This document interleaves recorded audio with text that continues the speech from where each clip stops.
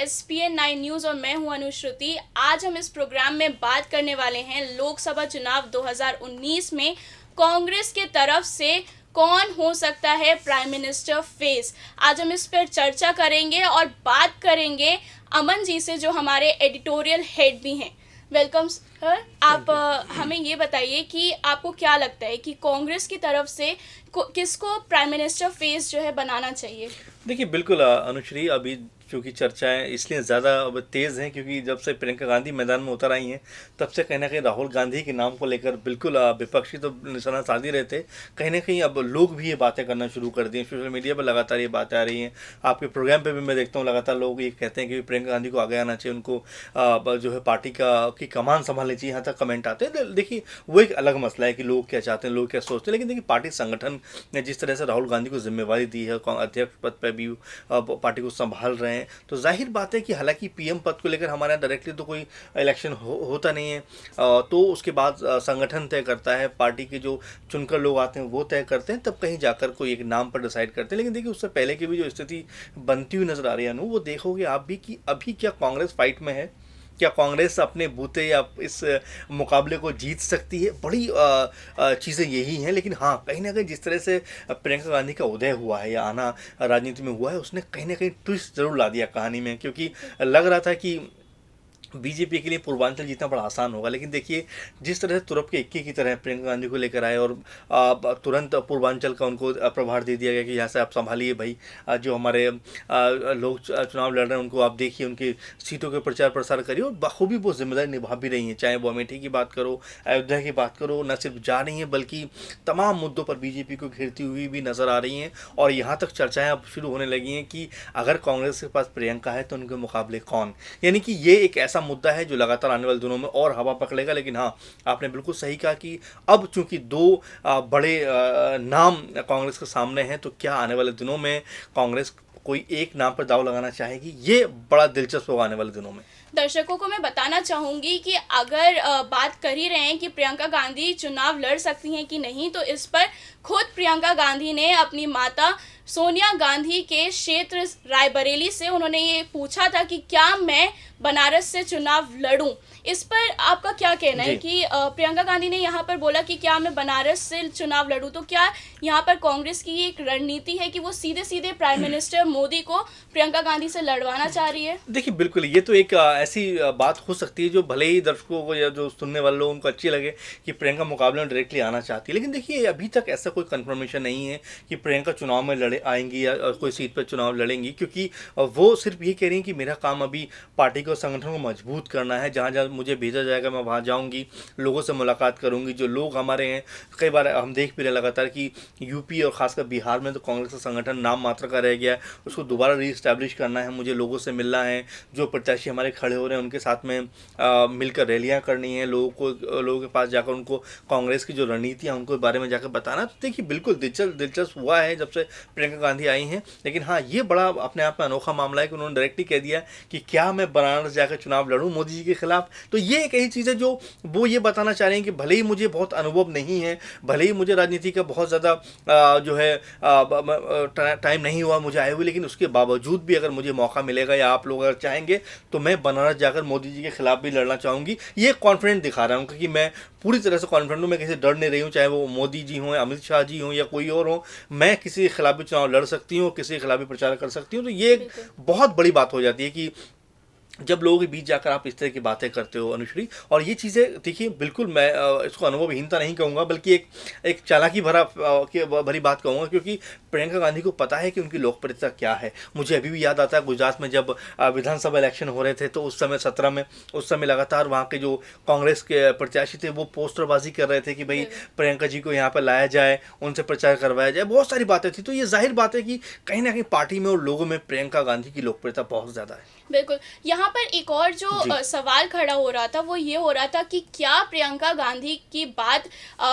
ये होना कि मोदी के गढ़ से जो है प्रियंका गांधी को खड़ा किया जाएगा, ये कहीं सपा और बसपा को खुद के तरफ कांग्रेस लुभान करने की कोशिश तो नहीं कर रही है। देखिए बिल्कुल अनुश्री, ये इसमें दो बातें हैं। एक बात तो ये है कि कांग्रेस क्योंकि अकेले दम पे चुनाव लड़ रही है खासकर यूपी में, और दूसरी बात ये कि सपा बसपा ने जिस तरह से गठबंधन किया और कांग्रेस के लिए सिर्फ 2 सीटें छोड़ी, तो ये कहीं ना कहीं एक लगातार हम पहले बात करते रहते हैं इसके ऊपर कि क्या जो महागठबंधन की बात हो रही है क्या वो यूपी में मुकम्मल हो सकती है। नहीं हो पाई, तमाम कोशिशें हुई, लेकिन देखिए सपा और बसपा मिलकर चुनाव लड़ रही हैं, आरएलडी हालांकि उनके साथ में, लेकिन कांग्रेस के लिए उन्होंने वही 2 सीट छोड़ी जो लगता है कि वो जीत पाएंगे। तो ये एक ऐसी बात थी जो कड़वाहट जरूर दोनों के बीच आई। उसके बाद कांग्रेस ने कहा कि नहीं, हम अमूमन ज़्यादातर सीटों पर चुनाव लड़ेंगे और हम भी कुछ एक सीट सपा और बसपा के लिए छोड़ देंगे जिस तरह से उन्होंने छोड़ी है। तो ये खटास का भी कहीं ना कहीं नजर आया। लेकिन हाँ देखिए बिल्कुल ये एक ज़रूर वार है सपा बसपा के गठबंधन पे भी प्रियंका का कि मैं या हमारी पार्टी किसी भी लेवल पर कमज़ोर नहीं है, अगर आप हमारे साथ नहीं आए हैं तो हम अकेले दम पे भी चुनाव लड़ सकते हैं, सीटें जीत सकते हैं। और देखिए मैं जो लगातार सोच रहा हूँ, यही सोच रहा हूँ अनुश्री कि कांग्रेस के पास खोने के लिए कुछ भी नहीं है यूपी में। 2-3 सीटें उनके कब्जे में रहती हैं, हमेशा देखने को मिलता है इन 10-5 सालों में लगातार बिखरी हुई सी नजर आती है कांग्रेस यूपी में। तो क्या एक बार फिर प्रियंका के आने के बाद क्या कुछ सीटें इनके हिस्से आ सकती हैं, देखना बहुत दिलचस्प ये वाली बात होगी। क्योंकि देखिए अगर हम प्रियंका गांधी का नाम ले रहे हैं, लगातार मीडिया भी उनको तवज्जो दे रहा है, लगातार अखबार बड़े उनके लिए लिख रहे हैं, तो ये अगर वोटों में बदलता है तो कांग्रेस के लिए आने वाले विधानसभा चुनाव जो 22 में होने वाले हैं उसके लिए बहुत बड़ी राहत की खबर हो सकती है। और खुद प्रियंका गांधी ने भी ये बात कही है कि क्या हमारे कार्यकर्ता जितने भी हैं वो 2022 के इलेक्शन के लिए रेडी हैं, अगर नहीं रेडी हैं तो अभी से आप जो है ये चुनावों के बाद से ही आप काम पर लग जाइए, क्योंकि 2022 का जो इलेक्शन है वो एक बहुत महत्वपूर्ण इलेक्शन होने वाला है अगर प्रियंका गांधी के नजर से देखा जाए तो। देखिए बिल्कुल बहुत ही महत्वपूर्ण बात है अनुश्री जी, क्योंकि अगर हम पूरे माहौल को देखें तो प्रियंका गांधी को क्या 1 साल के पहले लेकर नहीं आया जा सकता था? शायद लेकर आया जा सकता था, लेकिन कांग्रेस ने देखा कि विधानसभा चुनाव 1 से 2 साल के बाद हैं, तो ऐसे में अपनी ज़मीन हम मजबूत कर सकते हैं, ऐसे में अपने आप को मजबूत कर सकते हैं। संगठन में जो एक तरीके से बोलते हैं हम लोग की जो जान से निकल गई है उसमें दोबारा एक जो जान फूंकने का जो हम बात कर सकते हैं, या उनके अंदर एक जो खोई हुई शक्ति है उसको एक बार फिर पुनर्जीवित करने की कोशिश कर सकते हैं। इसी कोशिश में शायद प्रियंका गांधी को लेकर आया गया है, और आनंद फानन में उनके साथ में ज्योतिरादित्य सिंधिया को भी दिया गया कि भैया पश्चिम का यूपी आप संभालिए। तो ये कोशिश है कि क्या लोकसभा इलेक्शन के बाद अगर बहुत अच्छा रिजल्ट नहीं आता तो क्या 2022 तक आते आते हम बेहतर स्थिति में आ सकते हैं? क्या यहाँ पर एक संगठन मजबूत हो सकता है? क्या हम संभावना कर सकते हैं कि 2022 में हम सपा बसपा बीजेपी से मुकाबला कर सके? तो ये बहुत सारे सवाल हैं, लेकिन हाँ कहीं ना कहीं प्रियंका के आने के बाद मामला बहुत दिलचस्प हुआ है। इसको लेकर जो विरोधी दल भी हैं वो भी हालांकि इधर की बात जरूर करें, लेकिन हाँ क्योंकि सहमे से नजर आ रहे हैं। जो बीजेपी कॉन्फिडेंट पहले थी वो शायद अब नजर नहीं आ रही है। तो ये कहीं ना कहीं एक बड़ी बात हो सकती है प्रियंका के आने के बाद, जिस तरह से वो मुखर होकर बोल रही हैं, लगातार बीजेपी पर वार कर रही हैं और बड़े सुलझे हुए तरीके से, कोई अनाप शनाप बातें नहीं, कोई इधर उधर की बातें नहीं, कोई गलत बयानबाजी नहीं, बहुत सलीके से बात रख रही हैं, उन बातों को रख रही हैं जो वास्तव में एक आम आदमी से जुड़ा हुआ मुद्दा है। और ये चीज़ें दर्शा रही हैं कि बहुत एक परफेक्शन के साथ में राजनीति करने के लिए वो शायद आई हैं, और ये बहुत ही महत्वपूर्ण हो जाता है। बिल्कुल। अभी आपने एक नाम लिया ज्योतिरादित्य सिंधिया का। यहाँ पर अगर माना जाए तो मैंने अपने पिछले प्रोग्राम में भी कहा था कि अगर यहाँ से सचिन पायलट को कमान सौंपते तो क्या यहाँ पर सचिन पायलट एक अच्छे उम्मीदवार के तरह नहीं आते? हाँ। क्या वो एक अच्छा काम नहीं करके जाते? क्योंकि राजस्थान में भी देखा गया है। जी हाँ बिल्कुल बहुत ही महत्वपूर्ण सवाल है अनुश्री आपका, क्योंकि देखिए अगर सचिन पायलट की हम बात कर रहे हैं और यदि राजस्थान में, बिल्कुल आपने सही कहा, बहुत ही बेहतर प्रदर्शन कांग्रेस ने किया, सरकार वहाँ पर बनाई, और क्योंकि पश्चिम से वो आते भी हैं, यूपी से, सहारनपुर से आते हैं, तो क्या उनका आना पार्टी के लिए एक संजीवनी साबित हो सकता था? ज़रूर इस पर बात हो सकती है। लेकिन देखिए हाल फिलहाल जैसे ज्योतिरादित्य सिंधिया को लेकर आया गया, मैं तो ये सोचता हूँ वो भी बहुत यंग हैं, बहुत एनर्जेटिक हैं और बड़ा सधा हुआ बोलते हैं, लेकिन हाँ उतनी उपस्थिति उनकी नज़र नहीं आ रही जितनी आनी चाहिए। और आप सही कहा, आपने पिछले प्रोग्राम में भी मुद्दा ज़रूर उठाया था, मैंने उस प्रोग्राम को देखा था, और सही बात है कि अगर सचिन पायलट को लेकर आया जाता तो ज़रूर फ़र्क पड़ता। लेकिन हाँ देखिए अब स्थिति ये है कि प्रियंका गांधी का जलवा अभी तो जलवागीर है, लेकिन कितना रहेगा? क्या उनके जो उनकी रैलियों में लोग आ रहे हैं क्या वो वोटों में बदल पाएंगे? ये देखना बड़ा दिलचस्प होगा। लेकिन हाँ कहीं ना कहीं तो बीजेपी के माथे पे शिकन जरूर है। एक सीधा सवाल आपसे कि क्या आपको लगता है कि यहाँ पर सचिन पायलट या फिर प्रियंका गांधी दोनों में से कौन ज्यादा अच्छा प्राइम मिनिस्टर फेस हो सकता है कांग्रेस के लिए? देखिए बिल्कुल ये तो एक बड़ी अजीब सी बात आप कर रहे हैं, लेकिन हाँ अनुश्री, क्योंकि देखिए संभावनाएं कहीं खत्म नहीं होती, संभावनाएं हमेशा बनी रहती हैं। और हालांकि हम एक फेस की बात करते हैं, लेकिन देखिए पार्टी में बहुत सारे लोग काम करते हैं, कार्यकर्ता होते हैं, और तमाम लोग इसी उम्मीद से होते हैं कि एक दिन मैं देश का प्रधानमंत्री बनूंगा या एक अच्छे लेवल पे मैं काम करूंगा। और सब लोगों का जो अंतिम मकसद होता है वो तो यही होता है। और देखिए जब हमारे देश में मोदी जी जो उनकी बात करते हैं कि वो एक चाय वाले से होते हुए भी बहुत सारी मेहनत की, बहुत सारा परिश्रम किया, उसके बाद पार्टी में काम किया और एक ऊंचे पद पर वो पहुंचे, आज हमारे देश के प्रधानमंत्री हैं। तो संभावना तो कहीं भी खत्म नहीं होती अनुश्री, लेकिन हाँ बिल्कुल आपने दो विकल्प दिए हैं। आने वाले दिनों में ज़रूर इसके ऊपर चर्चाएं होंगी, मंथन होगा, क्योंकि सचिन पायलट भी यंग है और प्रियंका गांधी भी अभी शुरुआत की है राजनीति की। तो ये चेहरे तो ज़रूर रहेंगे, लेकिन हाँ कहीं ना कहीं मैं बस यही देख रहा हूँ कि प्रियंका के आने के बाद जो सोई हुई सी कांग्रेस नज़र आती थी अब तक यूपी में,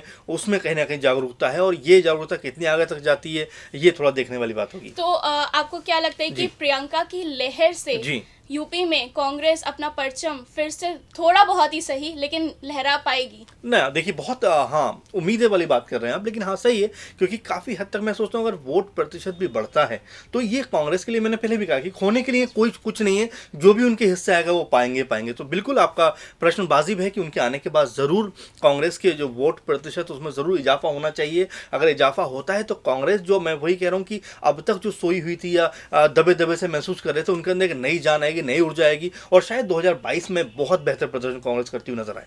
बिल्कुल। तो दर्शकों आपने सुना एडविन सर को कि उन्होंने क्या कहा यहाँ पर कि कांग्रेस में अभी प्राइम मिनिस्टर फेस, भले ही उन्होंने ना बताया हो कि कौन सा प्रत्याशी यहाँ पे प्राइम मिनिस्टर फेस बन सकता है कांग्रेस की तरफ से, लेकिन जो खबरें आ रही हैं वो यही आ रही हैं कि prime minister face Priyanka Gandhi को बनाया जाएगा। लेकिन अभी औपचारिकता से कोई अनाउंसमेंट नहीं हुआ है, तो यहाँ पर कहना गलत होगा। लेकिन आप हमें ज़रूर बताएं कि आप क्या चाहते हैं कि कांग्रेस की तरफ से कौन प्रत्याशी जो है प्राइम मिनिस्टर फेस की तरह सामने आए। इसके लिए हमारे कमेंट बॉक्स पर ज़रूर कमेंट करके हमें ज़रूर बताइए कि आप क्या सोचते हैं।